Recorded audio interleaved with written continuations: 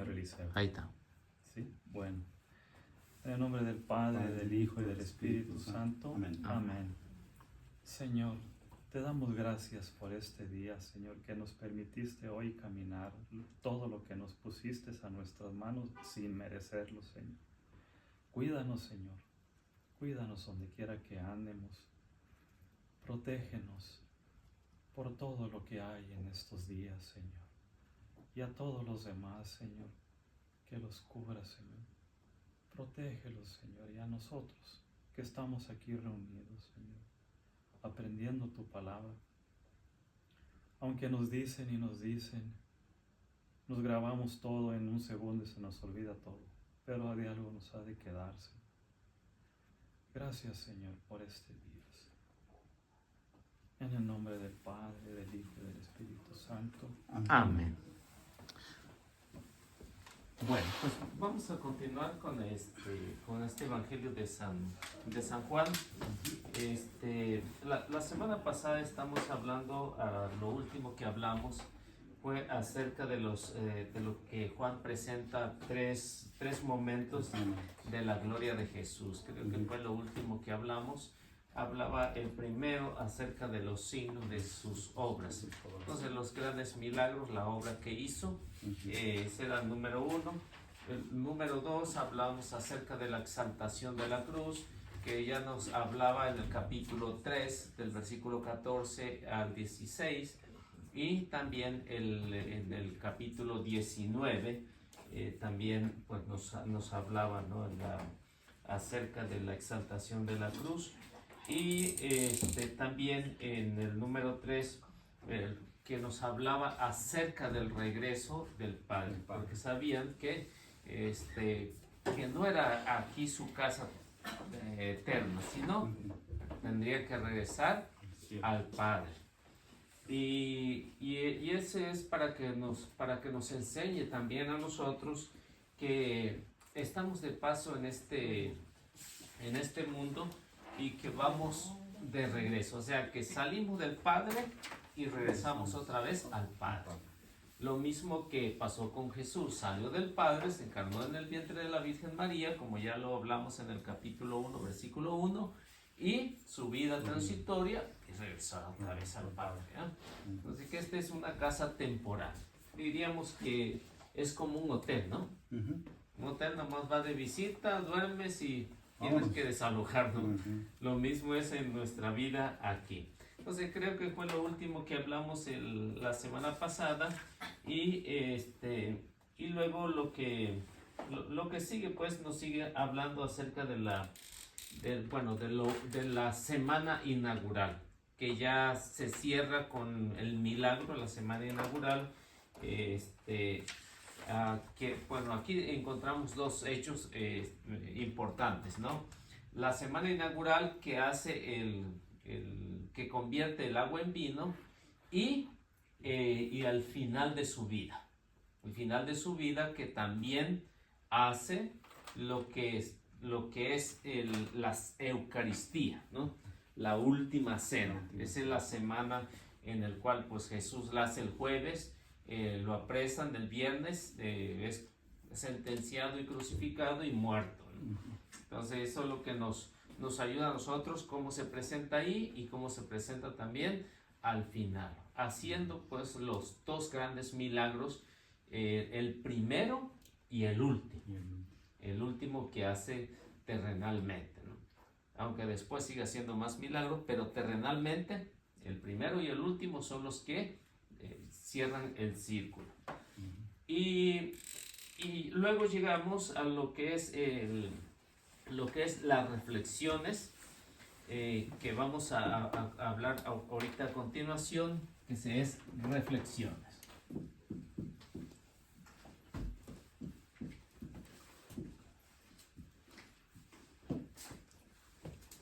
En estas reflexiones que nos pone el evangelista aquí, pues nos va a hablar como número uno, nos va a hablar acerca del relato eminente cristológico. El relato eminente cristológico.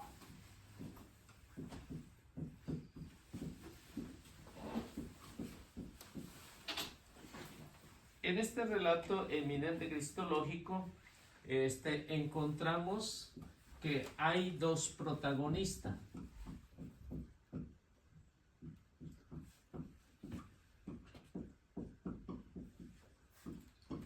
Estos dos protagonistas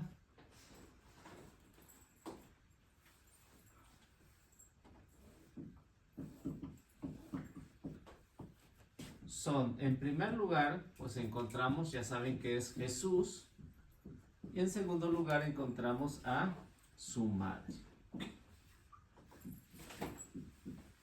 la Virgen María. Estos dos protagonistas, bueno, nos está hablando acerca de este relato eminente. Eminente es que ya está aquí, ¿no? Lo pronto, y nos habla acerca de lo que es lo cristológico, o sea, la manifestación de Cristo. Es lo que nos habla, o cuando, si ustedes alguna ocasión pueden estudiar o pueden hablar, estudiar lo que es la cristología, pues van a hablar siempre de este término, o si hablan acerca de esta materia que se llama Mariología, pues se van a enfocar en lo que es la madre de Jesús, ¿no? Son dos materias que se dedican pues a eso, a hablar de la cristología y a hablar de la Mariología. Y luego en estos dos protagonistas, bueno, estos son los principales, y los otros se le conoce como secundarios. Y ya los secundarios, pues ya sabemos que son, por ejemplo, el novio, mayordomo,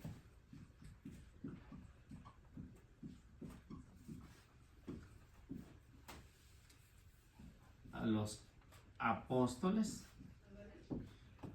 e invitados.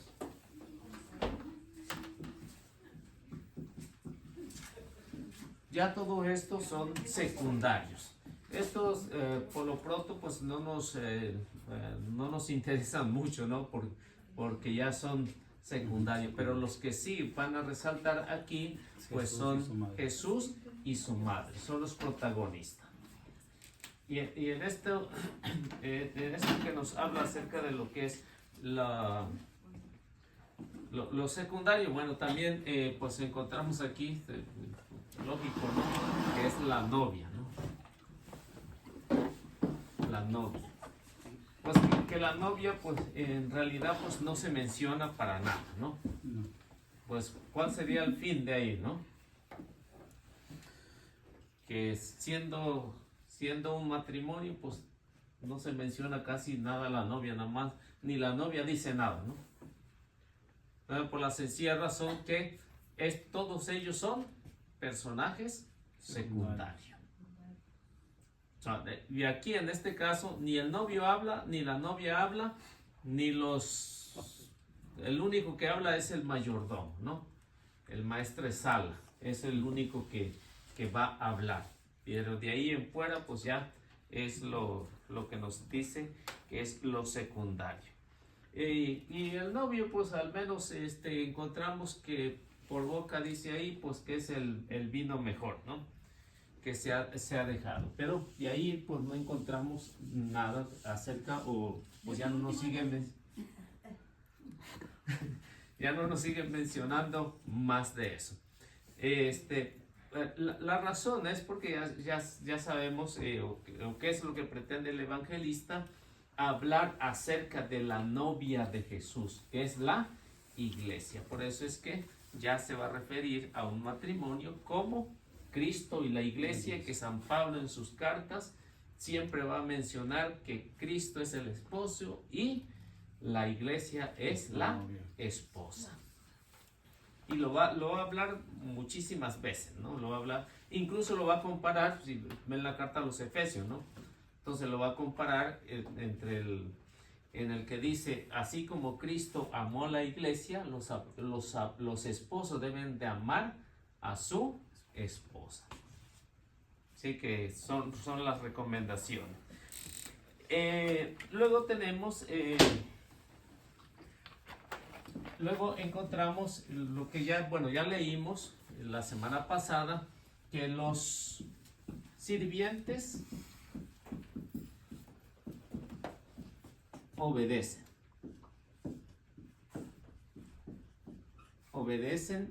a la señora. ¿Y quién es la señora? Pues la Virgen María, ¿no? Haga lo que Él les diga. Y muy obedientes. Entonces, ¿Jesús puede hacer cualquier milagro? Sí lo puede hacer, cualquier milagro. ¿Necesita de nosotros para hacer el milagro? No. No, sí necesita, ¿no? Sí necesita. Sí, porque si Él no hubiera necesitado, va a decir, yo lleno las ollas de agua. Porque pidió, ¿verdad? Se necesita de nosotros para que se realice el milagro. ¿Qué le hubiera costado a Jesús de preguntar, a ver, ¿quién quiere vino? Levante la mano, ¿no? Ya todo el que levante la mano, pon ahí, llénese la panza de vino y emborrache. No le hubiera costado nada, ¿no? Pero sí necesitó de los sirvientes, necesitó de su madre para hacer el milagro. ¿Sí? ¿Estamos bien ahí? A ver, otra vez, explique otra vez. Bueno, empezamos otra vez al Sí. principio.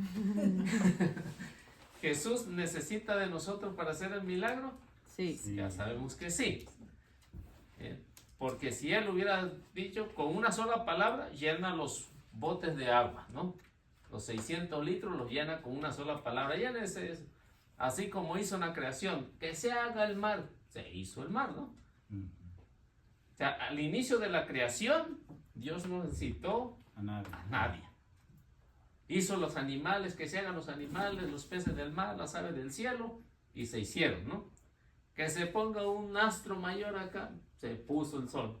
Que se ponga un astro menor, se puso la luna. Que se adorne con estrellas, hizo las estrellas, ¿no? Que se dividió la tierra del mar. Ahí no necesitó Dios, ¿no? La lumbrera y el... Pero en esta semana, que es la semana inaugural, el último día, sí necesitó de la colaboración del hombre para hacer ese milagro, ese primer milagro.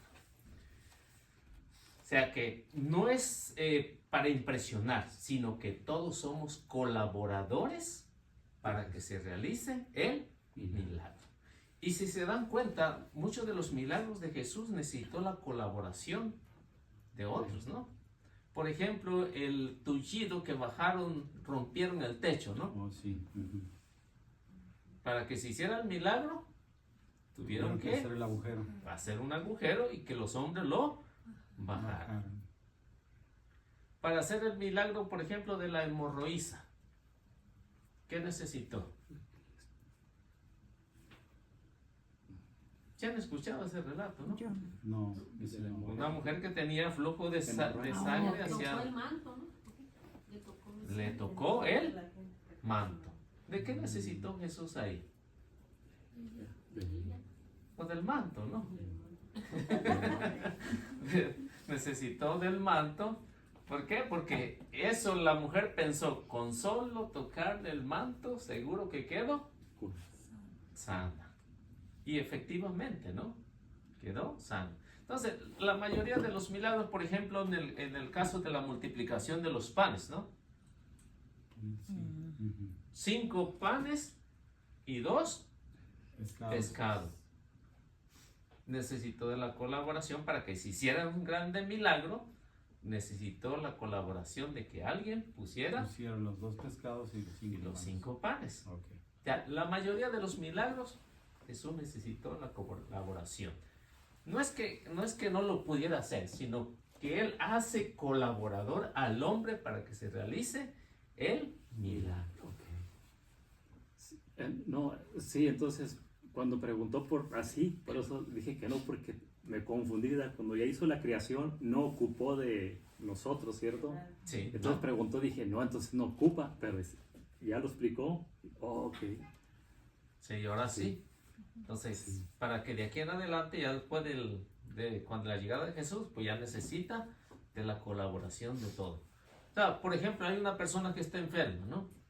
Alguien habla y dice, necesito oración para Sí, fulano que está enfermo, y todos se ponen a hacer oración y sana, ¿no? Jesús, ¿a poco no lo podía curar así muy fácilmente? Sí, pero lo hace en colaboración con todo. Así como hizo el milagro, su primer milagro, así lo seguirá haciendo. La colaboración de todos. ¿Y cómo sería en un exorcismo? Entonces, para expulsar, pues sí, pues necesita la colaboración, por ejemplo, en este caso del sacerdote, ¿no? Exorcista. Sí. Siempre va a necesitar la colaboración del exorcista y de todos los que lo están acompañando ahí para que se haga el exorcismo, el milagro del exorcismo. Por ejemplo, cuando estaba en las misiones, habían en Veracruz. Veracruz se conoce más porque son brujos, ¿no? La mayoría de donde quiera que ven, hay brujería, ¿no? Hechiceros. Sí, la brujería. A mí me tocó estar en uno de los donde dicen que hay más, lo que es San Andrés y lo que es Catemaco. Oh, Catemaco, Veracruz. Bueno, ahí había un padre en otro lugarcito que se llamaba Puente Jula. Ese lugar de Puente Jula había un sacerdote que se dedicaba a componer lo que esto descomponía, ¿no? A todos los que quedaban así demoniados y las familias no sabían qué hacer porque muchos de ellos creen en la brujería. Ahí muchos de ellos creen en la brujería. Hay una persona que está poseída, quieren que el brujo le saque el demonio, ¿no? Van y lo llevan con otro brujo que según es más bueno. ¿Y qué es lo que pasa? Pues lo descomponen más, ¿no? Entonces, ¿qué es lo que hacían? Ese sacerdote falleció ya hace años. Ahorita no sé si lo seguirán haciendo, pero falleció hace años. Incluso hasta las noticias aquí salió, ¿no? Que había fallecido. Era muy famoso ahí el sacerdote. Entonces, todo eso que llevaban ahí, había un grupo, me contaba un muchacho que fue a un exorcismo de eso, de los que estaban en la misión conmigo, que fue a un exorcismo de eso y no le quedó ganas de volver, ¿no? Wow. Porque dice que sí miró muchas cosas del exorcismo, de lo que estaba pasando ahí. Entonces, lo que le recomendaban a todos los que iban ahí es que estuvieran concentrados haciendo el rosario mientras el sacerdote hacía el exorcismo. Y si alguna persona no estaba concentrada en el rosario, si se le salía el demonio, el que estaba en el santo, se le metía al ¿qué? El que estaba al lado. Al que estaba ahí distraído, ¿no? Wow. Al que estaba distraído. Y dice que les recomendaban que no se fueran solos, que fueran acompañados, al salir pues de ahí, ¿no? Sí, claro. Y pues dijo él, no, ¿qué voy a hacer caso? Y se fue solo. Dice que de repente cuando salió de la iglesia iba solo, como que se le pararon unos pelos acá, que sintió que alguien lo iba siguiendo, pero no miraba nada, y así salió corriendo y se fue, ¿no? Y dice que no le quedó ganas de volver a un Exorcismo. Ya no quiero ser voluntario. Ya no. Sí, nada más que yo no llegué hasta allá si no hubiera ido a ver cómo se hace un exorcismo, ¿no? O sea, ahorita no sé si lo seguirán haciendo, pero no sé. Pero Entonces, ¿será cierto de esas gentes que hacen esos males? sí hay.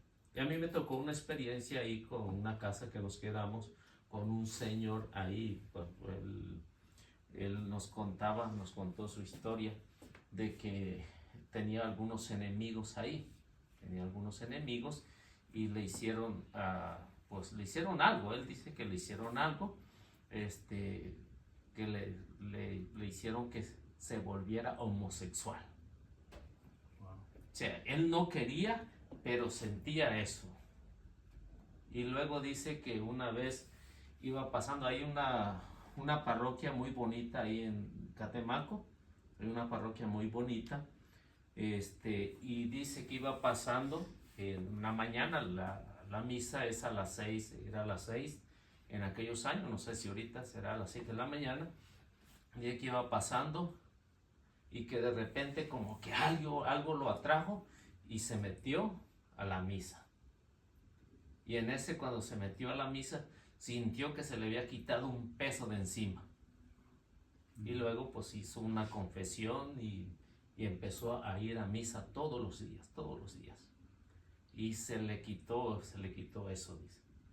Pero tuvo que hacer una buena confesión. Y nos contaba, y luego pues, bueno, a mí en especial pues como que sentí un poquito de miedo, ¿no?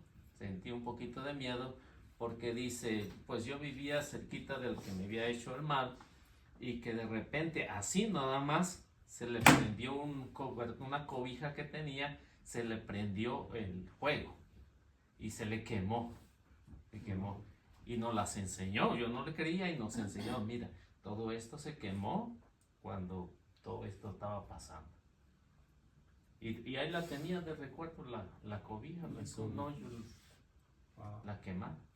Válgame Dios. Sí, Pensé sí, que eso era sí. un cuento. ¿No? Y nos contaba su testimonio y dice, yo desde ese momento no he dejado de ir a misa ningún día. Siempre iba a las 6. Y nos hospedó ahí, en su casa. Hospedó y por eso fue que conocí la historia de él. Pues. Ahí en Catemaco está peligroso, Tan pesado. Sí, ahí está feo porque ahí hay una cueva donde hacen la misa satánica. Tienen su Sí. todo ahí. Wow. Ahí. Yo siempre había pensado que eso era un cuento que era como sugestión de las personas. No, sí lo hacen. Y ahí en esa cueva pues defecan lo que es el cuerpo de Cristo. Para estas fechas pues lo que es Está próximo. sí. Wow. Lo que es en esos dos lugares que son más conocidos, pues es donde hacen esas misas negras, misas satánicas. Sí. Y así que hay que pedir por ellos, ¿no? Sí, Incluso aquí están planeando. Hay unos, ¿no? El otro día escuché en el radio que recientemente abrieron uno en el estado de Virginia, un templo satánico en el estado de Virginia. En Boulder había uno. En Sí. Boulder. Están planeando 2 misas satánicas aquí en estas fechas, según supe hoy. Hay que pedir, pues estas fechas son las que se dedican pues para ello. Y usan las iglesias también para robarse Sí, la hostia. Ya el cuerpo, ya el consagrado. Sí, la hostia consagrada. Yo recuerdo mucho el año pasado ahí en Santo Rosario, más o menos para estas fechas, me senté yo enfrente y estaba una chavala muy joven vestida de negro y yo la notaba muy inquieta. Y nunca la vi ni la volví a ver. Y se levantó y comulgó y yo me fijé, dije yo a ver si se tomara el cuerpo de Cristo y sí se lo tomó. Y me quedé hasta que se salió y normal, pero jamás la volví a ver. Sí, pues dicen que esos satánicos, entre más sea, por ejemplo, la catedral, es donde más tienden a robar, ¿no? Porque son las catedrales donde está el obispo, entonces ahí donde tienden más que en las parroquias. Pero de todo modo hay que tener cuidado, ¿no? Cuando uno vaya a misa, de quién comulga y quién no, ¿no? O quién se la quiere robar. Así es. Bueno, entonces. Bueno, entonces ya saben que, bueno, lo que estamos hablando, acerca de la que Cristo sí va a necesitar la colaboración de todos para hacer un milagro. Y así como lo hizo en la boda de Caná, así lo sigue haciendo. Y así lo siguió haciendo durante pues, esos 3 años que estuvo en su vida pública. Y también, pues ya después de su vida pública, también necesita la colaboración de todos nosotros. Bueno, y luego, como vemos aquí, que los sirvientes obedecen a la señora y esta obediencia para que se realice un milagro, pues tiene que el ser humano estar dispuesto a obedecer. Los sirvientes no cuestionaron nada para qué quería el agua. No lo cuestionaron, únicamente se dedicaron a llenar las tinajas de agua para que se hiciera el milagro. Únicamente lo que hacen es obedecer. Luego vemos aquí a Jesús realizando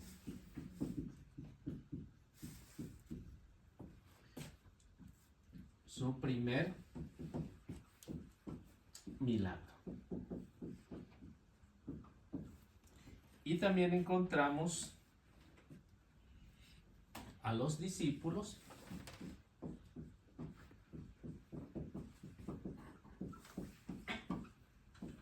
pasivos.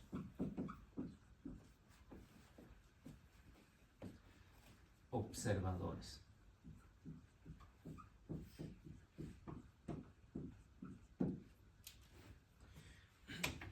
Entonces, ¿qué significa esto? Pues significa de que Jesús pues se manifiesta como Dios para hacer su primer milagro, y los discípulos únicamente son pasivos, son observadores de todo lo que está pasando ahí. Y esto va a ayudar a los discípulos a creer en Jesús. Y después estos discípulos pues van a entender la magnificencia de Jesús y van a llevar este mensaje a todo el mundo de aquel tiempo. Y es por eso que nos llega hasta el día de hoy pues este gran milagro. Y eso es lo que encontramos en el número 1. Bueno, ¿puedo borrar esto? Sí. Bueno, no sé si tienen alguna pregunta de lo que hemos visto hasta ahorita. ¿No? Bueno, seguimos. Número 2. El número 2 nos va a hablar de que Jesús es el novio mesiánico.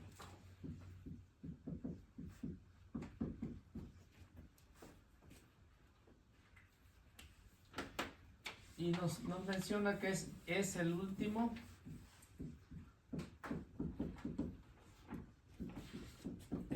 día de la semana inaugural.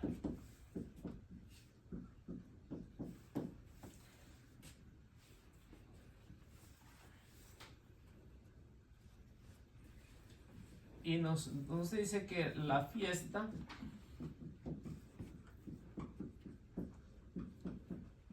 parece que fue organizada para él.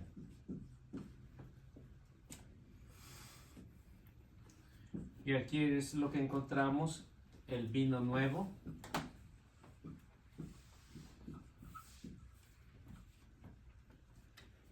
generoso,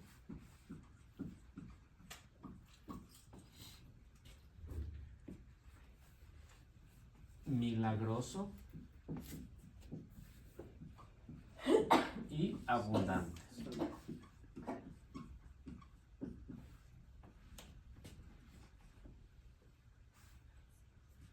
Encontramos también que lo comparan como la madre verdadera novia.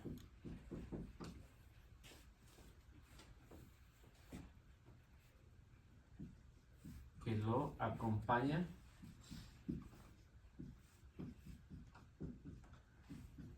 a su lado.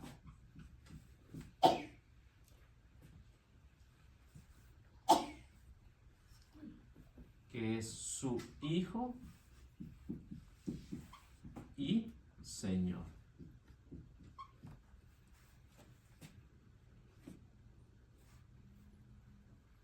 También encontramos de que Caná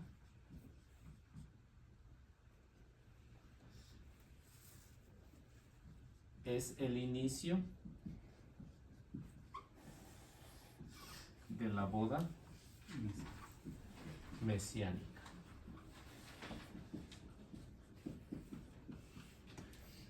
Bueno, vamos a ver.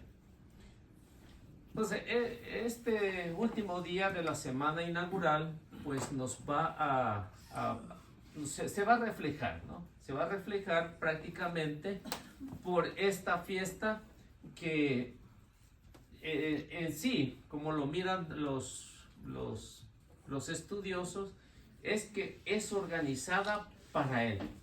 Él es invitado, pero lo que resulta es que fue organizada para él, con el propósito de que empezara su vida pública. Y esto lo hace a través del vino, que para los judíos va a ser, el vino es igual a alegría. Y muy bien que se pone, ¿no?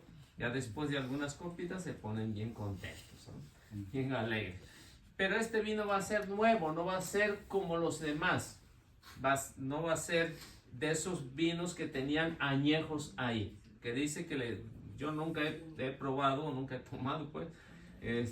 Dicen que entre más añejo, más bueno. No sé los que han pasado por ahí, si será cierto o no. Pero yo no puedo decirles si sí o no. Entonces, este vino va a ser nuevo porque después se va a convertir en la sangre de Cristo. Va a ser tan generoso porque ya han pasado casi 2000 años y no se ha terminado. O sea, no nos los hemos podido terminar en lo que es la generosidad, la sangre de Cristo. Cada misa es el reflejo de esta generosidad de Jesús. Es tan milagroso porque nos lleva a la salvación. Porque Él mismo lo dijo, ¿no? Él mismo lo dijo. El que come mi carne y bebe mi sangre vive de vida eterna y yo lo resucitaré en el último día. Porque mi carne es verdadera comida y mi sangre es verdadera bebida. Entonces es tan milagroso que nos lleva a la salvación. Quien no comulga se está perdiendo de su salvación.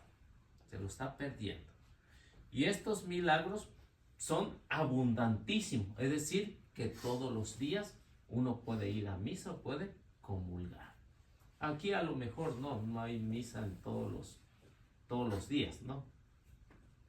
O no sé si en algunas parroquias habrá misa todos los días, pero como vemos aquí, estos milagros siempre van a ser abundantes. Siempre se va a dar. O sea, en la iglesia esto es lo que abunda. El que quiere, ¿no? El que quiere comulgar, comulga. El que quiere tomar el cuerpo del Señor, lo hace. Pero aquí vemos lo que es la madre, sí lo reflejan como una verdadera novia.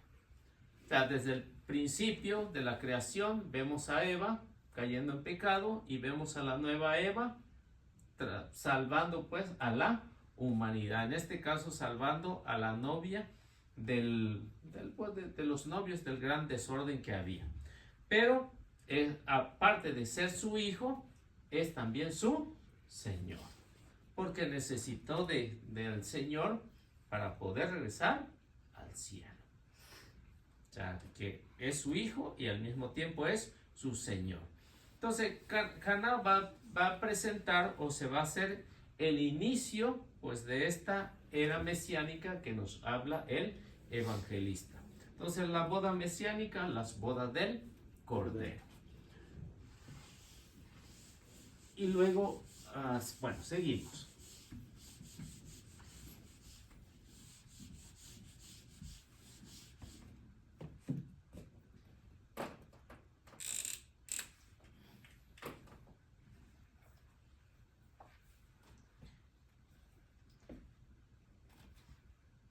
Y luego encontramos en este número 2, encontramos el vino de Caná,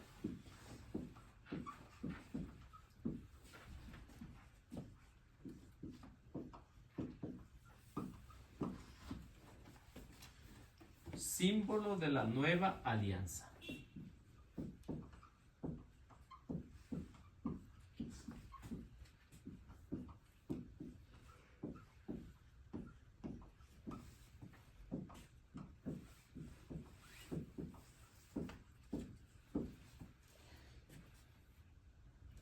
Y luego pues nos hace saber que es la Epifanía de Jesús.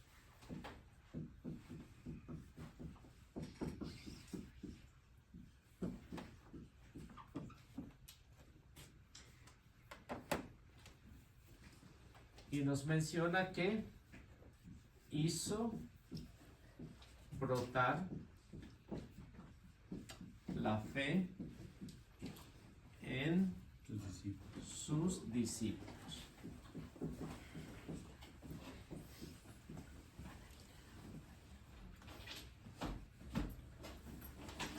Y nos habla también de que fue anunciado por Moisés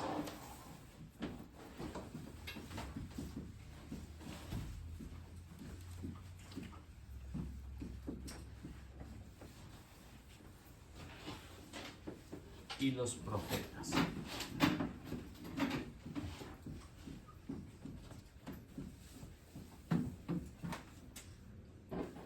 Entonces, como ya, no sé si se acuerdan cuando leímos este versículo de Juan 1:45 y Deuteronomio 18:18.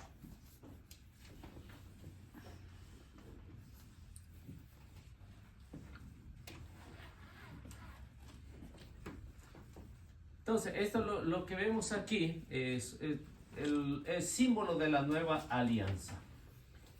Entonces, empieza con este símbolo que es una nueva alianza y termina con lo que ya conocemos como la nueva alianza. Y para eso, por ejemplo, encontramos lo que es Lucas capítulo 22, versículo 19 al versículo 20. Para que se den, por ejemplo, una idea de lo que empezó aquí y terminó allá. Símbolo, Caná, símbolo de la nueva alianza. Entonces, la Epifanía, ¿qué es la Epifanía? Es la manifestación de Jesús. Entonces, que se da a conocer. Entonces, esa manifestación, esa Epifanía, o sea, esa presencia de Jesús, pues se da a conocer de que Él es el verdadero Dios. Es verdadero hombre y es verdadero Dios.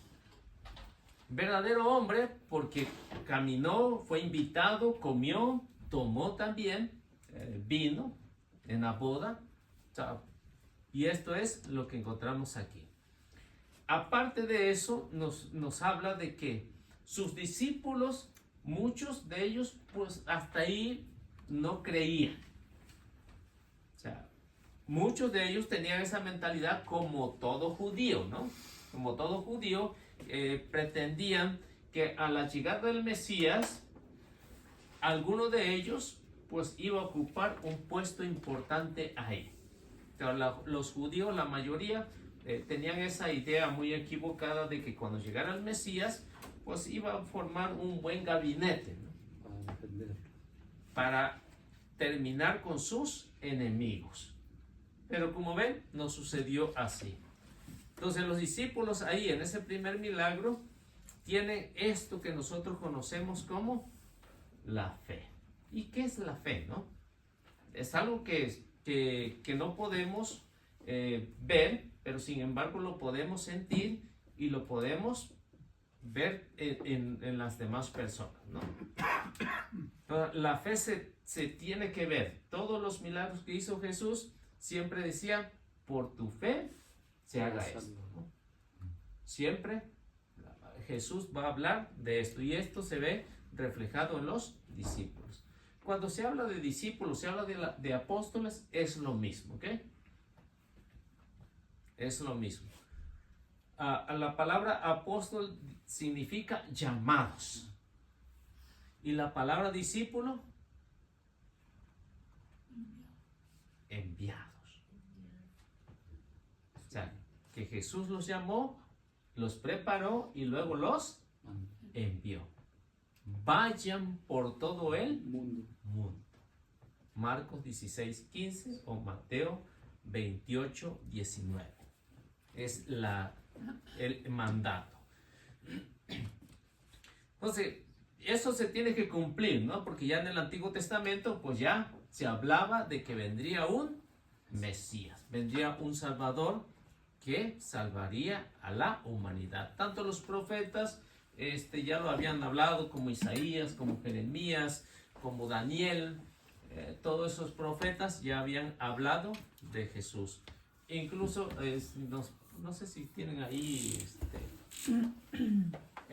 Deuteronomio, creo que de esto sí se acuerdan, ¿no? De Juan 1:45. Hace poquito, ¿no? Hace como 3 semanas. Casi nada.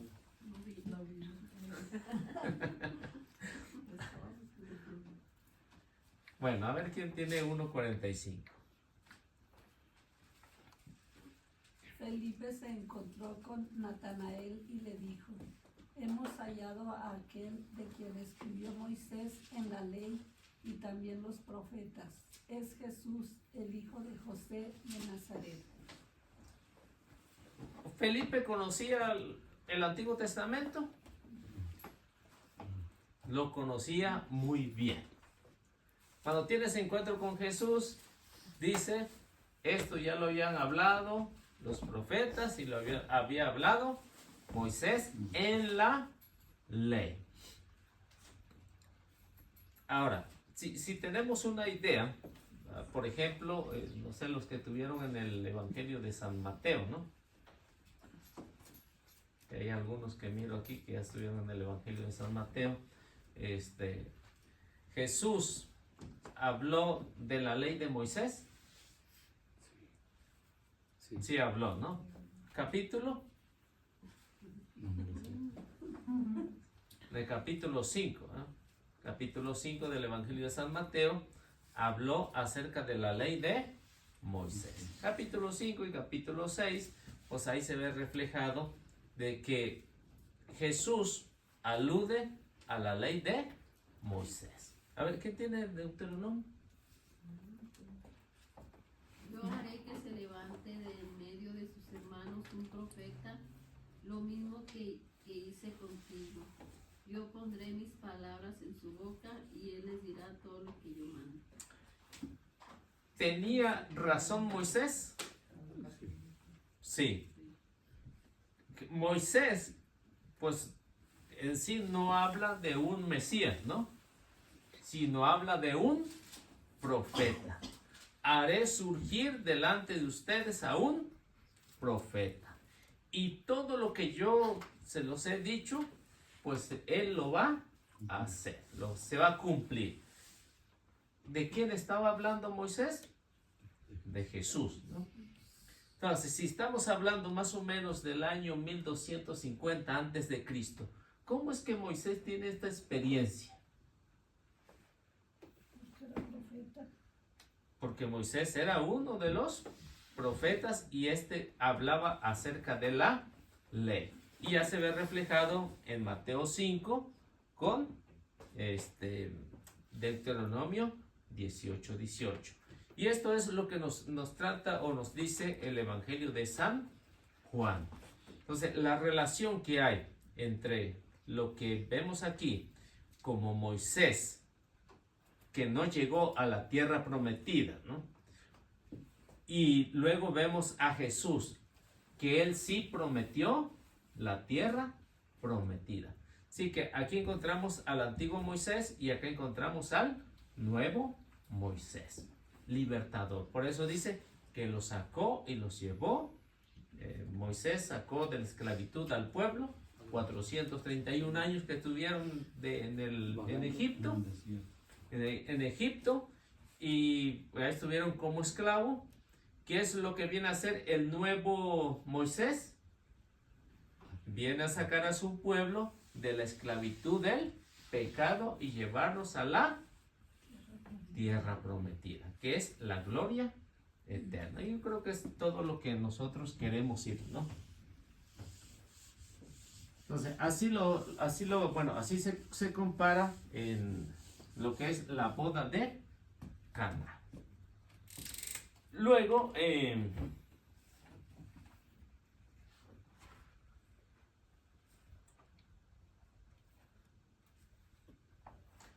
Bueno, y luego, pues sabemos que el milagro de Jesús siempre va a estar conectado con la última hora o con la hora de que siempre Jesús va a hablar, ¿no? Es la hora. Luego encontramos lo que es el pan, que ya está reflejado en el capítulo 6, que es conocido como el capítulo de la Eucaristía, ¿no? Porque casi el capítulo 6 va a hablar acerca de la Eucaristía. El pan y el pan y el vino, pues su cuerpo y su sangre que va a dar para la salvación de la humanidad. Y luego el agua ofrecida. Bueno, hablamos acerca del agua. El agua tiene que ver mucho en este milagro. El agua es un simbolismo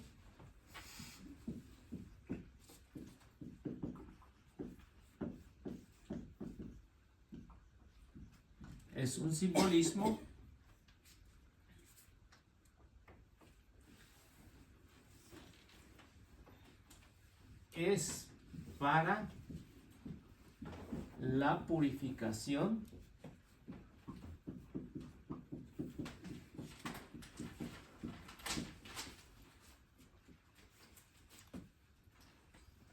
de los judíos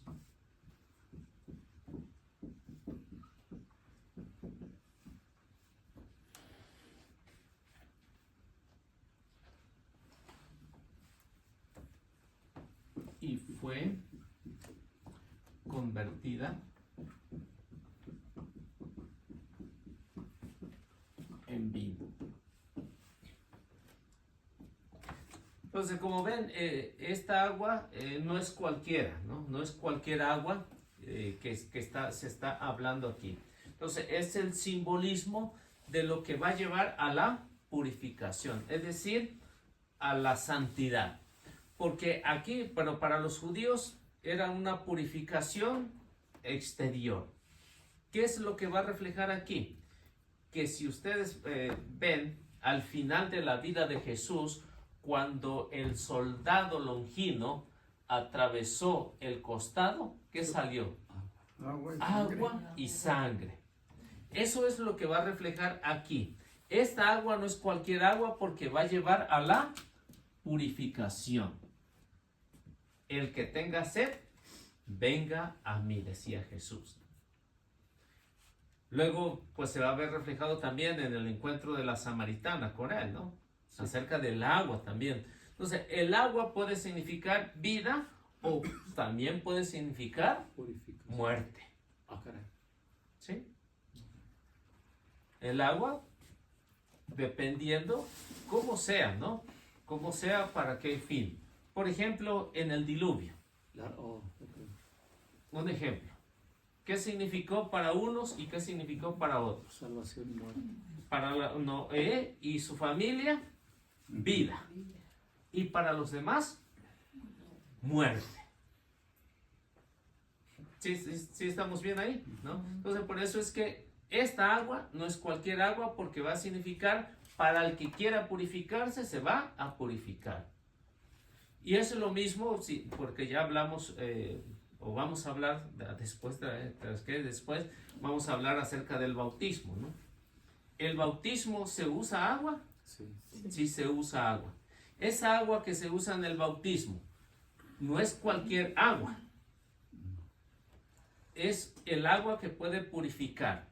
Pero también esta agua, también al que no cumple, puede ser muerte. O sea, que no todos los bautizados nos vamos a salvar, aunque hayamos tenido de esta agua. Sí, estamos bien, ¿no? Entonces, el agua, como les vuelvo a repetir, el agua puede significar vida o puede significar muerte. Entonces, es vida cuando llega a la purificación y es muerte cuando no se quiere purificar. Y esto los judíos lo entendían muy bien, ¿no? Porque esto, para ellos, estamos hablando de los de los discípulos que creyeron, ¿no? Porque al tiempo de Jesús hubo una inmensa mayoría que no quiso creer en Jesús. ¿Por qué? Porque los líderes atacaban mucho a Jesús. Entonces, por ellos, pues no sirvió de mucho. Luego,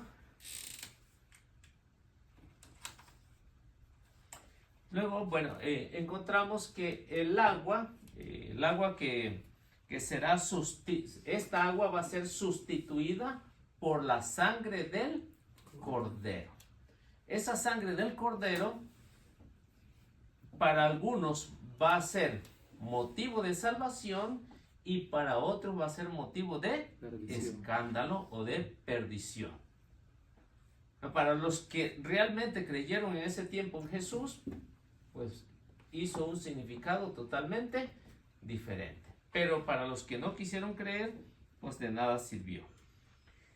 Y luego, nos habla acerca de el don del Espíritu.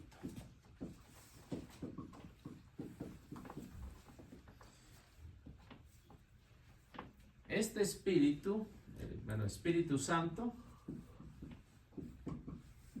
de Dios,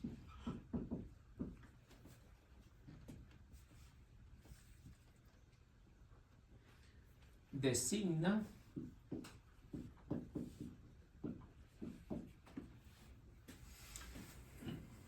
la medida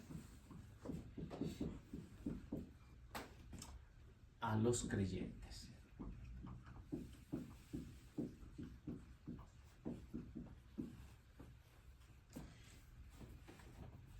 Y, por ejemplo, bueno, ya lo vimos, no sé si se acuerdan, en 1.32, que nos habla acerca del Espíritu. Y nos habla en el 3.34 también, yo creo que con dos textos bíblicos. Yo creo que este no lo hemos visto, pero este sí, ¿no? No sé si se acuerdan, pero leamos el 3.34.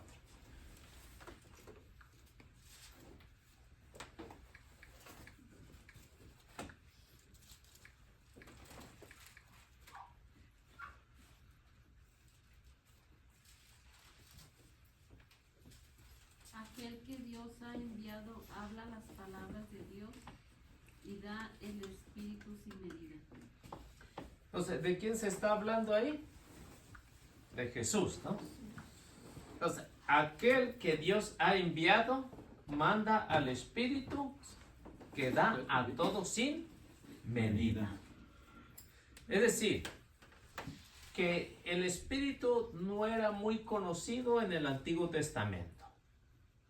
Muy pocas veces se habla en el Antiguo Testamento. Podríamos decir, por ejemplo, al inicio de la creación, Génesis 1.1 habla del Espíritu, ¿no? El Espíritu de Dios aleteaba. Y hay, por ejemplo, en el caso de Moisés, cuando habla del Espíritu. En el caso de David, Señor, no alejes tu Santo Espíritu de mí. Entonces se habla muy poco, no era muy conocido el Espíritu. Entonces, por ejemplo, en el caso de Joel, ¿no?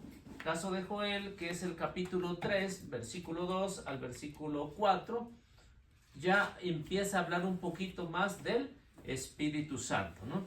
En los últimos días derramaré mi Espíritu sobre todos los mortales. Que se cumplió pues en el día de Pentecostés, que ya encontramos en Hechos de los Apóstoles, que es el capítulo, ¿qué? 1. ¿Sí? De Hechos de los Apóstoles, ¿no? Capítulo 1, en el día de Pentecostés, que va a hablar Pedro. Entonces el capítulo 1 pues ya habla acerca del Espíritu. Y muy bien Pedro dice, esto ya el profeta Joel lo había anunciado. Entonces dice que esto designa y Dios lo da a todos. O sea que Juan empieza a hablar acerca del Espíritu y ahí vamos a ir conociendo más al Espíritu, porque a veces uno no tiene idea de qué es el Espíritu Santo, ¿no? Muchos a veces no tenemos la idea que es el Espíritu Santo. Pues le pedimos al Hijo, le pedimos al Padre, pero a veces nos quedamos así que no le pedimos al Espíritu Santo, pues es el que da los dones, ¿no? ¿Cuántos dones? 7 dones. Yo creo que ustedes se lo saben bien de memoria y en orden, ¿no? Y también pues dan los frutos, ¿no? Los frutos del Espíritu Santo que San Pablo habla en la carta a los Gálatas, capítulo 5, versículo 21 y siguiente. Entonces, San Pablo va a hablar acerca de los 2 espíritus, ¿no? Del espíritu del mal, que es capítulo 5, versículo 19 al versículo 20, y el espíritu, los frutos del espíritu, que ya después, inmediatamente, habla de los frutos del espíritu. Entonces, por eso es que dice, y lo va a dar sin medida, pero siempre y cuando hay que pedirle al Espíritu. Por eso vamos a ir conociendo más al Espíritu Santo. Entonces, por eso le decía, casi cuando empezamos, que Juan va a hablar acerca de los 3, más que los otros, de los otros evangelios, va a hablar más a profundidad del Padre, del Hijo y del Espíritu Santo. Tanto lo refleja en su evangelio como lo refleja en sus 3 cartas que tiene. Bueno, ¿alguna pregunta que tengan hasta aquí? ¿No? ¿Todo está bien? Bueno, seguimos en este. Bueno, ahí termina el número 2. Y llegamos al número 3. Este número 3 lo vamos a con el título, o es lo que es la significación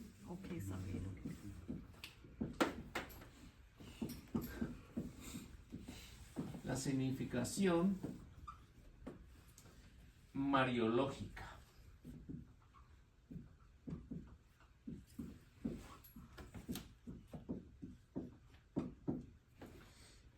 Esto que encontramos aquí, pues nos va a ver, se va a ver reflejado lo que es la intervención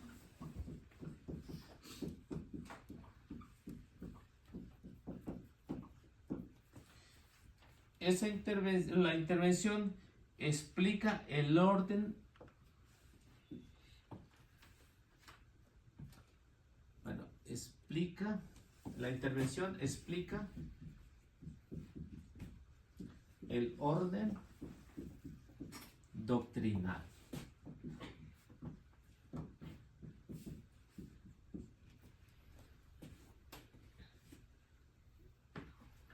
Nos habla acerca del banquete de boda.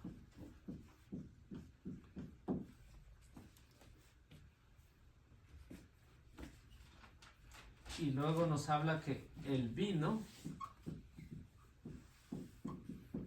tiene una doble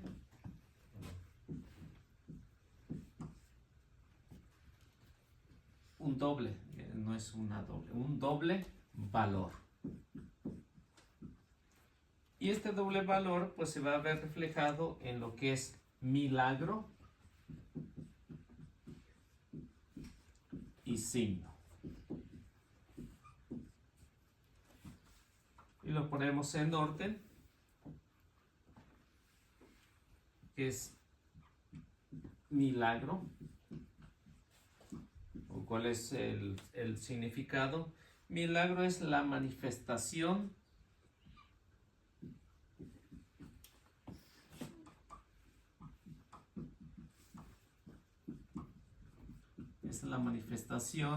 de la gloria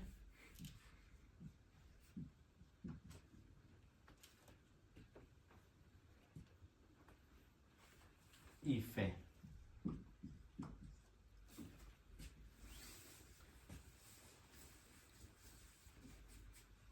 Y luego encontramos lo que es signo.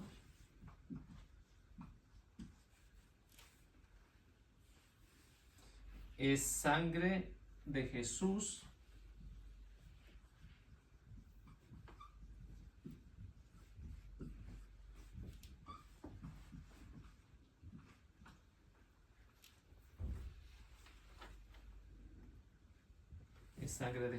derramada.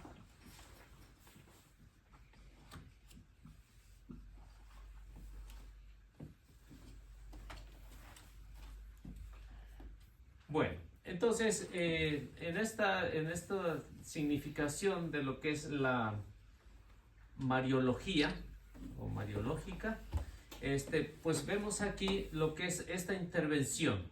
O sea, la Virgen tiene que ver mucho porque interviene a favor de los novios. Y esto va a explicar el orden doctrinal. ¿Qué es la doctrina? Es algo que enseña, ¿no? Es algo que nos ayuda a entender el valor y el significado de este banquete de boda. ¿Cuál es el inicio? Luego el vino, aquí como ven, nos dicen los estudiosos que va a tener este doble significado o este doble valor. El doble valor, el milagro, como primer punto de referencia. Y el segundo, el signo. Entonces, este milagro que sucede aquí es una manifestación que conocemos como sobrenatural, que no es lo natural. ¿Quién ha podido convertir el agua en vino? Nadie. ¿Quién ha podido hacer estos grandes milagros? Por ejemplo, de darle de comer a 5,000 hombres. Nadie con unos cuantos panes y unos cuantos peces. Nadie. Entonces, la manifestación, que es una manifestación sobrenatural, pues se ve lo que es la gloria y la fe. Entonces, la gloria, por ejemplo, los discípulos tuvieron esa gran experiencia en el monte, ¿no? Cuando la manifestación, la transfiguración de Jesús, vieron reflejada la gloria. Y que Pedro y los demás discípulos, los otros 2 discípulos, pues no querían salir de ahí. Y hace crecer más la fe de los discípulos. Entonces, este signo que vemos aquí, que va a ser la sangre derramada, porque aquí es donde se explica más lo que es el signo tan visible de Jesús, porque aquí se ve involucrada a la madre, que estuvo en el primer milagro y estuvo en el segundo, último milagro en la cruz, cuando miró a su hijo derramar hasta la última gota de su sangre. Por eso es que se explica este aspecto, esta significación, pero a través de la doctrina. Entonces, por eso es que en la iglesia pues ha tenido muy bien hablar mucho acerca de la Virgen María, a excepción pues de los hermanos que no son católicos, pues que la atacan muchísimo. ¿Pero por qué? Porque no entienden una doctrina. La doctrina, si entendieran la doctrina, fuera totalmente diferente. Entonces, si la Virgen María estuvo hasta el último momento al pie de la cruz, ahí se ve reflejado cuando Jesús le dice: mujer, he ahí a tu hijo, hijo, he ahí a tu madre. Y si se dan cuenta, las mismas palabras que dijo en el primer milagro, las dice en el final de su vida. Tiene conexión, ¿no? Ese nombrecito de mujer, para decir que es la nueva y perfecta Eva. O sea, ahí se ve reflejado en lo que el evangelista pues ya nos menciona. Y eso pues aquí del derramamiento de la sangre de Cristo, pues ya lo vemos al pie de la cruz a la Virgen María en el capítulo 19, versículo 25 al 27, si quieren, también se ve reflejado ahí. La madre estuvo siempre con Jesús en los primeros inicios y en el último momento de su vida.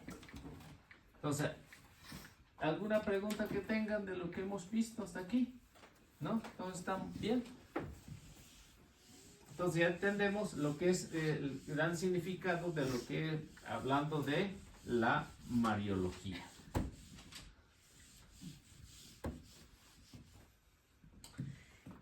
Y ahí termina el número 3 y llegamos al número 4. El número 4 nos va a hablar acerca de la historicidad del simbolismo.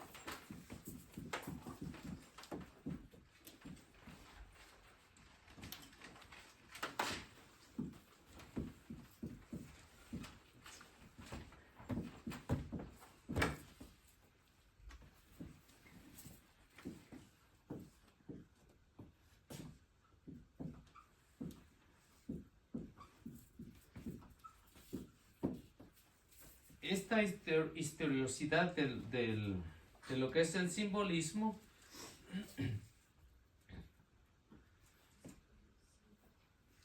nos va a hablar acerca de lo que es la manifestación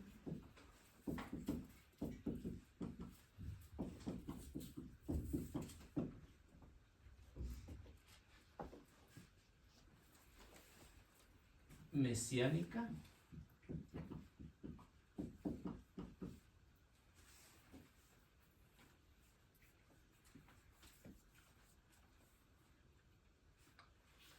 y nos habla acerca del diálogo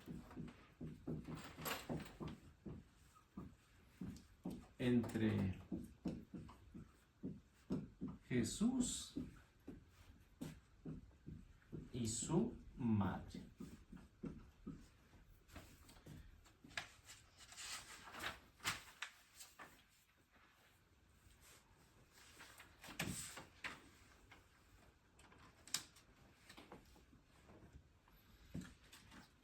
Entonces, de lo que nos habla acerca de lo que es la historia y los símbolos, pues estas manifestaciones que siempre el evangelista va a hablar en su evangelio, siempre las va a ver reflejada en lo que es el mesianismo de Jesús. Jesús como Mesías. Y estos diálogos que vemos aquí se ven únicamente en lo que es el Evangelio de San Juan, el diálogo entre Jesús y su madre. Y esto nos ayuda a nosotros a entender que esto tiene mucho peso a lo largo de su Evangelio y al final del Evangelio que se ve reflejado toda esta historicidad.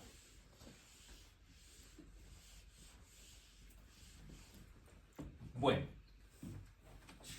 Y bueno, y ahí se cierra, bueno, no, ¿dónde está?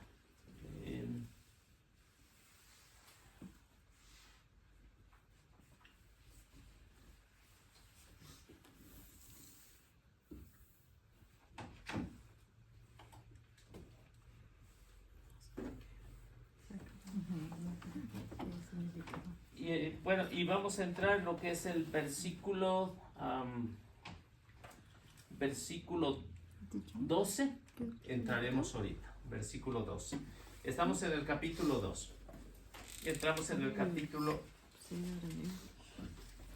2, versículo 12. Y bueno, ahí se termina lo que es la semana inaugural. Y como ya hemos visto 7 puntos, y llegamos al número 8. No sé si ustedes al principio lo fueron poniendo por número, pero ya se cierran lo que es la semana inaugural y abrimos el número 8. Y esto que vamos a hablar es que Jesús baja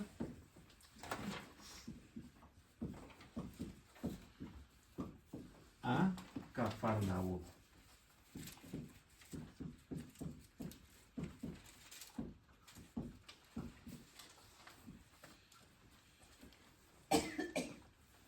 Y esto ya estamos en el capítulo 2, versículo 12. Entonces, el evangelista tiene mucho cuidado y nos va a hablar,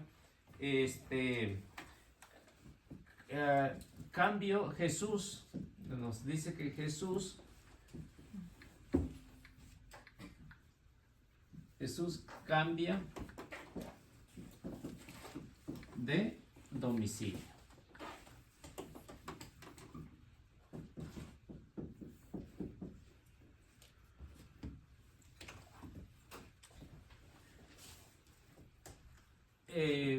Bueno, aquí de lo que es Cafarnaún. Cafarnaún significa aldea de Nahum, ¿no? Cafarnaún, aldea de Nahum. En esta aldea es una pequeña población. Bueno, en ese tiempo era una pequeña población en Jerusalén. Y Jesús, que estaba en Caná, ¿no? Nos menciona que estaba en Caná y ahorita se va a Cafarnaúm. Entonces, esta pequeña aldea, para que aquí Jesús va a cambiar de domicilio, porque va hacia allá. Porque aquí, en esta ciudad, hay un puesto aduanero.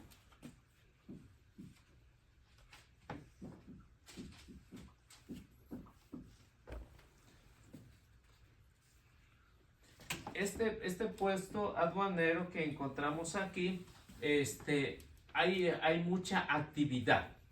Entonces, ¿qué es lo que hace Jesús? Aquí se va a mover en esta pequeña ciudad, se va a mover y diríamos va a ser su centro de evangelización, porque aquí es donde va a tener grandes encuentros con sus discípulos.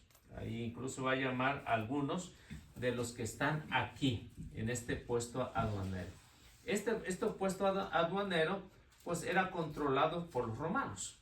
O sea, los judíos en realidad pues no controlaban nada. Los romanos estaban pues oprimiendo a los judíos, al pueblo de Israel, y ellos imponían pues su ley ahí.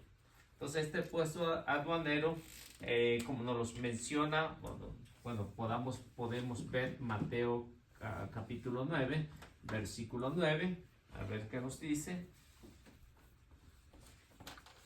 Y otro puede buscar 8:5.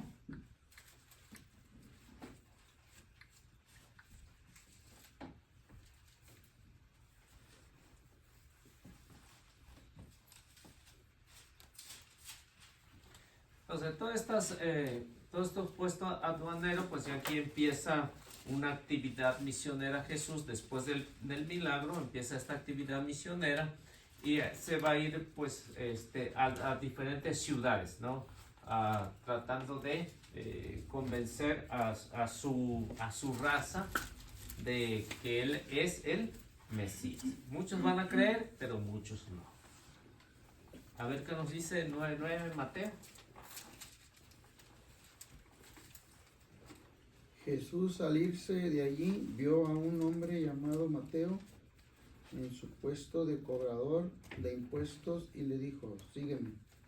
Mateo se levantó y lo siguió. ¿Dónde estaba Mateo?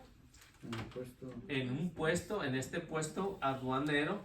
Jesús pasó por ahí y le dijo a Mateo: Sí. ven y sigue. ¿Qué es lo que hizo Mateo? O sea, no puso resistencia como nosotros, ¿no? Inmediatamente lo siguió, dejó todo su puesto ahí. Mateo ganaba muy bien, ¿no? Cuando robaba muy bien, ¿no?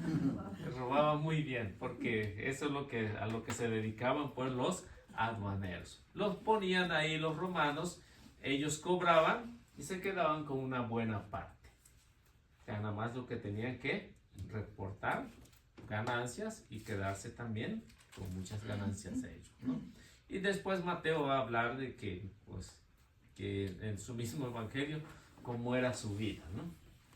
Y esa vida pues no era tan bien hasta que encontró a Jesús. Y después, si siguen leyendo, se darán cuenta que Mateo evangelizó a sus mismos compañeros aduaneros. Los invitó a una buena comida, ¿no?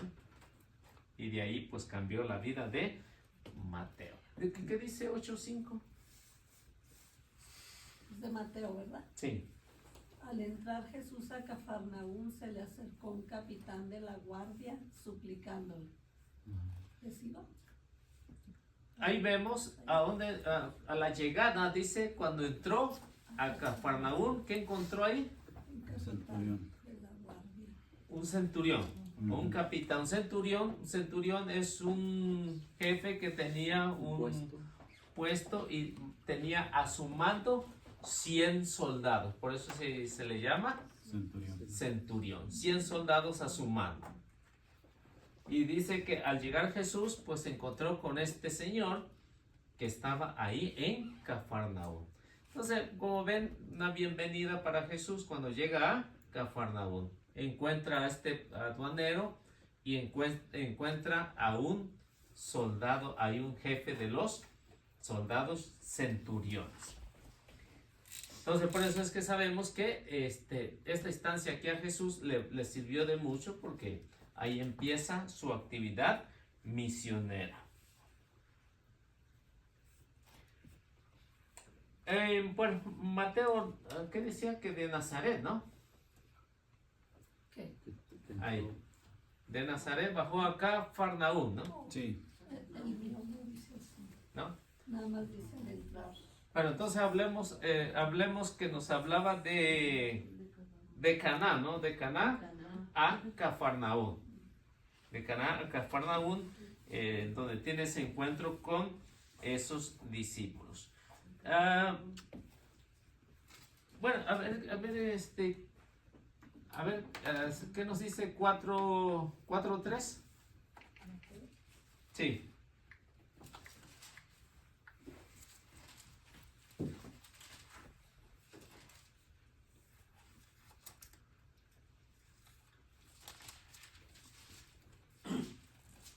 No, 4:13, ¿no?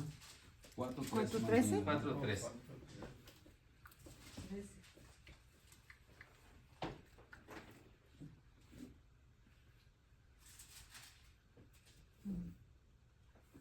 No se quedó en Nazaret, sino que fue a vivir a Cafarnaúm, a orillas del lago, en la frontera entre Zabulón y Neftalí.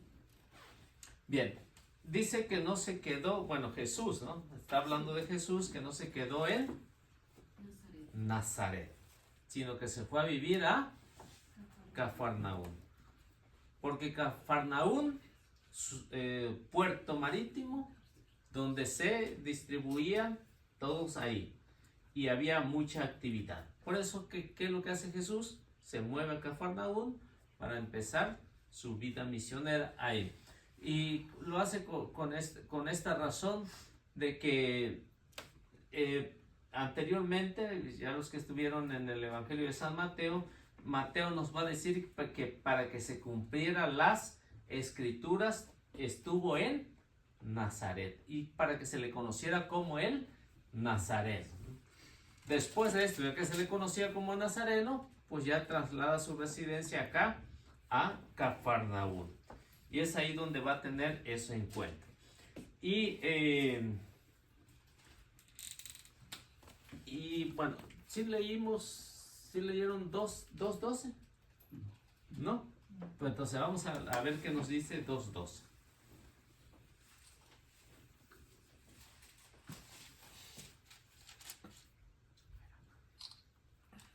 Jesús bajó después a Cafarnaúm con su madre, sus hermanos y sus discípulos, y permanecieron ahí solamente algunos días.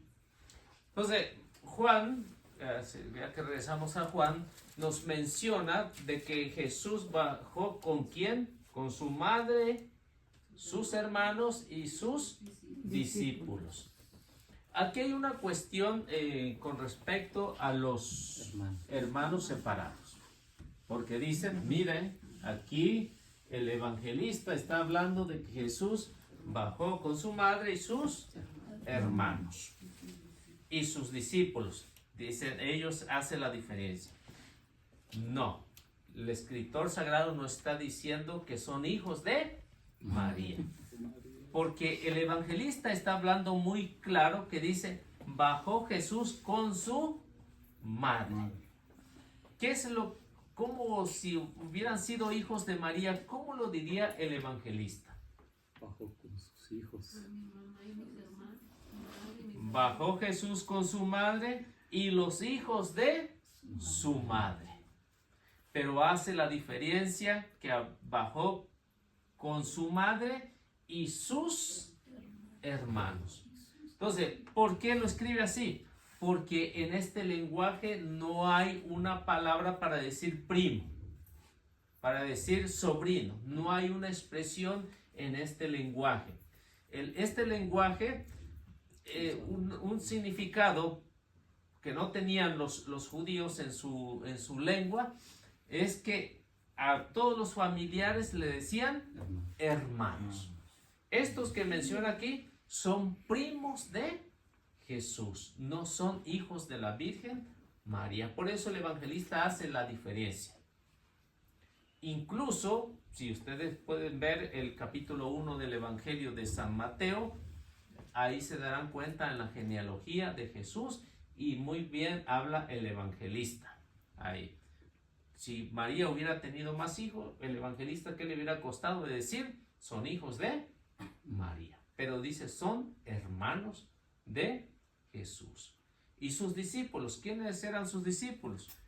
Pues los que tenía hasta ese momento, que ya vimos en la boda de Caná, que al menos menciona a 5. ¿No? Menciona a 5. Que viene siendo Juan, ¿quién más? Felipe, Natanael, Pedro y Andrés. Son los que nos mencionan que estuvieron al menos ahí en la boda de Caná, no todos los otros, ¿no? Porque dice, después bajó a Cafarnaún y miró ¿a quién? A Mateo. A Mateo. Y ya los iba. Ya había pasado la boda, ¿no? Mateo se perdió la boda. Bórrate. No, como era cobrador, no me invitaban. No me invitaron. Bien, pues si ven la distancia entre Cafarnaún y Caná, pues es más, ni se conocían, ¿no? No se conocían Cafarnaún a Caná, pues no se conocían entre ellos. Bueno, entonces como ven, esto de los hermanos son parientes del Señor. Incluso el evangelista, los evangelios nos mencionan que hablan de parientes, de hermanos, pero no son hijos de la Virgen María. A veces como lo compararía como el inglés, ¿no? El inglés a veces no hay forma de, cuando se habla, no hay forma de identificar si está hablando de, sí, por ejemplo, cuando se habla de, en el español, ¿no? En el español, si es un maestro y si es una maestra. Decimos el maestro y la o la maestra. En inglés, ¿cómo es? Teacher. Nada más, ¿no? Teacher. Sí. Entonces, si alguien me dice es un teacher, pues yo no puedo pensar si es hombre o es mujer, ¿no? O sea, no hay, diríamos, algo para... No hay diferencia. No hay diferencia, o doctor, sigue siendo lo mismo. Y así palabras, por ejemplo, en el hebreo eran lo mismo, ¿no? Para los judíos. No había una palabra para identificar si era primo, era sobrino, era pariente o era correligionario. Todos eran hermanos. Incluso hasta la esposa le decían hermano, ¿no? A la esposa. Entonces, por eso es que cuando se entiende esto, pues entonces no cae en doctrina erróneas. Y esto es lo que ha pasado con los hermanos no católicos que dicen, aquí está hablando de... No está hablando de hijos de María. Entonces, cuando diga hijos de María, todos estamos de acuerdo.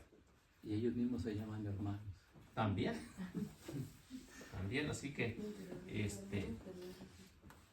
si no seguimos esta misma, esta enseñanza que ha venido desde los discípulos, no podemos decir que esto es diferente. Por ejemplo, ¿qué era? Mateo capítulo 27, versículo 37, ¿no? Para un ejemplo, ¿no? Un ejemplo. Para ver algunos... 27:37.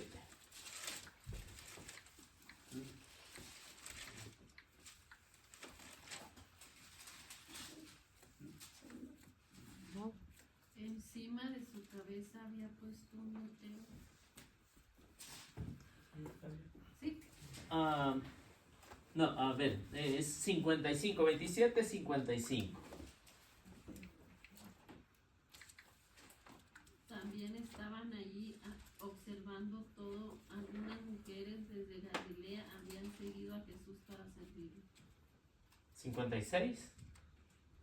Entre ellas estaba María Magdalena, María madre de Santiago y de José y la madre de los hijos de Zebedeo. Entonces, esos eran parientes de Jesús. Incluso si ustedes ven, por ejemplo, porque a veces como le atribuyen que es Santiago, es Hijos de Alfeo. es Judas, ¿no? Es Judas y es José.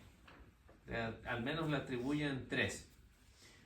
¿Qué es lo que si ven el capítulo 10 del Evangelio de San Mateo, versículo 3 creo que hasta el versículo 6, se darán cuenta que ahí el evangelista está mencionando a los papás de los que se le atribuyen como hijos de María.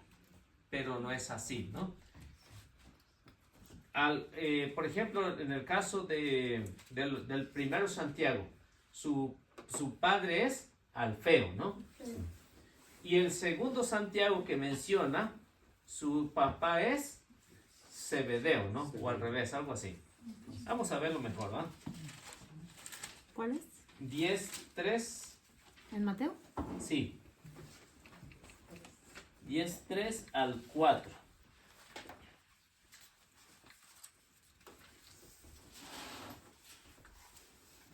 Del 2. El 2. Del 2, ¿no? Del 2. 2 para allá. No, son 2.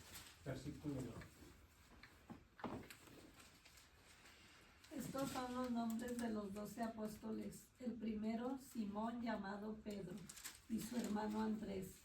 Santiago, hijo de Zebedeo, y su hermano Juan. Bueno, ahí encontramos que si estos Santiagos son hijos de la Virgen María, entonces encontramos que Santiago y Juan son hijos de Zebedeo. Felipe y Bartolomé, Tomás y Mateo, el recaudador de impuestos, Santiago, el hijo de Alfeo, y Tadeo. Santiago y Judas Tadeo son hijos de Alfeo. Entonces, tienen a otros padres que no es José. Si hubieran sido hijos de María, dijeran que eran hijos de José. Pero como no dice que son hijos de José, dice que uno es hijo de Alfeo y el otro hijo de Zebedeo. El primer Santiago el mayor, hijo de Zebedeo. Santiago el menor, hijo de Alfeo. Y no es que tuviera feo, ¿no? Alfeo significa blanco, ¿no? Y ya Mateo 27, 55 y 56, pues ya nos dice quién eran las mamás y quién eran los papás. Por eso es que tener cuidado con las Sagradas Escrituras, pues nos ayuda a nosotros a entender si son hijos de la Virgen María o no son hijos de la Virgen María. Entonces el evangelista está narrando porque él está hablando en su propio lenguaje, en el lenguaje de ellos. O sea, son parientes o familiares. Por eso Mateo 55 dice entre ellas María Magdalena, María la madre de Santiago y de José y la madre de los hijos de Zebedeo. Nos faltó el de Simón Cananeo. De Simón el Cananeo, pues ya encontramos en Marcos 3:18. bueno, ya, entonces ya lo saben. Ya les pasó eso. ¿Y eso ahora? Ahora, para lo que llegaste tarde. Bueno, No sé, otros bueno, 5 minutos. entonces, pues nos quedamos ahí en el, ya para la próxima semana, bueno, pues ya vamos a hablar acerca de los signos entramos en los signos del templo. ya nos va a hablar ya nos va a hablar Juan acerca de la Pascua.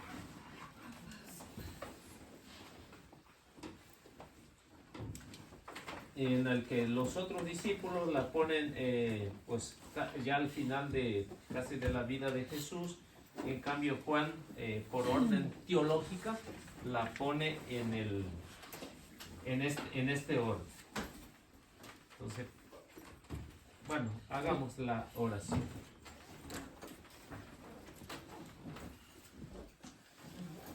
En el nombre del Padre, del Hijo y del Espíritu Santo.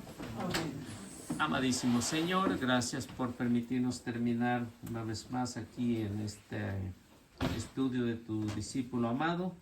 Te agradezco por cada uno de estos hermanos que hoy estuvieron aquí y te quiero pedir por ellos para que los lleves con bien y que el Espíritu Santo se derrame en cada uno de ellos. De igual manera a todos aquellos que no han podido venir, para que tu Señor los traiga pronto aquí con nosotros. Bendícenos abundantemente y abre nuestra mente y nuestro corazón para que podamos transmitir este mensaje y que tú, Señor, seas nuestro camino para poder llegar un día a la santidad, y también pedirte por todos los que hoy en este día están haciendo el mal para que se conviertan y puedan conocer tu santa y bendita palabra. Y danos tu bendición, Mamita María, para poder llevar a tu Hijo a donde quiera que vayamos. Y la recibimos en el nombre del Padre, del Hijo y del Espíritu Santo. Amén. Que Dios me los bendiga y nuestra Madre Santísima los acompañe siempre.